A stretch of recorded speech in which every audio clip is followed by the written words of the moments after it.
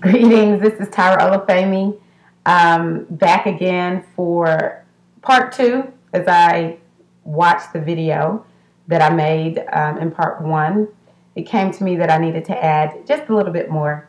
When Sebek speaks, and again this week Sebek has spoken in the negative, it is important for us to reprogram ourselves. So Sebek this week has spoken in the negative, which in many cases could mean you have stinking thinking. You really need to overhaul your belief system. And so one of the things we need to do is to question everything that we believe this week. If you say you believe it, is it true? Is it true in every situation, every case? That's truth. Truth doesn't change at all. Truth is not necessarily the same as facts. And so we need to make sure that we differentiate. When we're talking truth, it could be that I am going to tell you everything that I observed. But in this particular case, we're talking about universal truth. Gravity is a universal truth in this physical realm. And so there is not anyone on the earth that can escape experiencing gravity. We all experience it. It doesn't discriminate against who it's going to affect. So when we talk truth, truth is like gravity. It affects everyone. It doesn't change. It's always the same. And so our belief system we want based on truth. And so this week, question everything you believe to be true and see, is it really true, or do you believe it because someone said, oh, this is how you're supposed to think, or this is how you're supposed to act, or our people do it this way. So that's something that's very important this week. And the other thing is, when it comes to reprogramming yourselves, affirmations are very effective and important. First and foremost, you have to dig up the lie. I'm finding out you can affirm anything. I am wonderful. I am beautiful. But if the lie is so a part of you and you haven't let it go, I am awful, I am ugly. You can say I'm wonderful and I am beautiful all you want. You can just say it and just keep laying it on top of the lie. But the lie is going to win if it's still in your consciousness. So the other energy that spoke is Sekar. Sekar, oftentimes I relate to the goddess aspect that has to do with death, dying,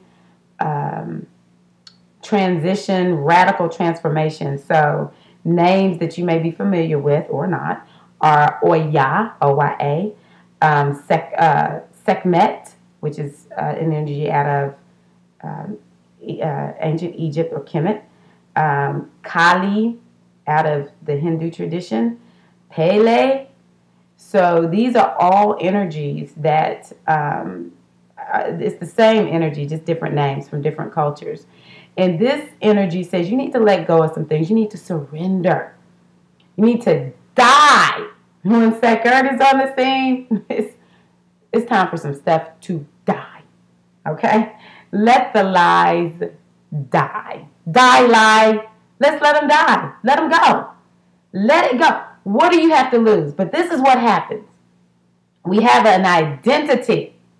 I am this person, and this is what I know to be true about myself.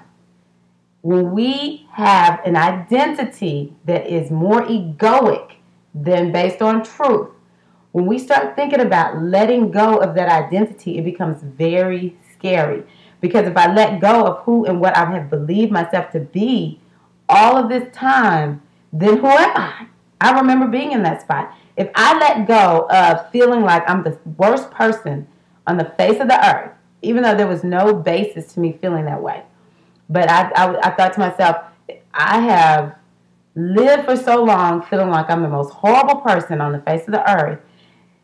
If I let that go, then what am I? So some of us hold on to negative labels and identities because at least we have an identity. Even though it's killing us, it's causing our life force energy to diminish. We have no access to our life force energy, or very little. But some identity is better than no identity. You have to decide, I'm going to let go of that which is not working for me in order to embrace more of the truth of who and what I am. And so we have to let go of the lie. If you believe yourself to be ugly, if you believe yourself to be powerless, weak, despicable, bad, whatever it is, whoever told you that lie, you believed it. And that's okay, but you got to let go. When you let go of it, you've got your affirmation to replace it. The key is to let go and don't go back and pick it back up. Put it back on top of yourself as your identity. So this is one of the reasons why our spiritual practices are so important, because we can use the spiritual practices daily, moment by moment, to release and then to embrace the truth, release the lies, embrace the truths. So affirmations are really good once we have done what Sekert says. Let go of the lie. Die to lack, limitation. Die to your ego. Die to believing anything that the world has told you you are, even if it's good. Let that go, because the truth of who you are is even better. The least of your real self is greater than 100% of your superstar made up self. Can you believe that? The least of your real self. Let's be at the least of our real selves, because it's way better than any of these labels and identities. Tell yourself good things about you, because you are good. You are divine, divinity in form. That is powerful.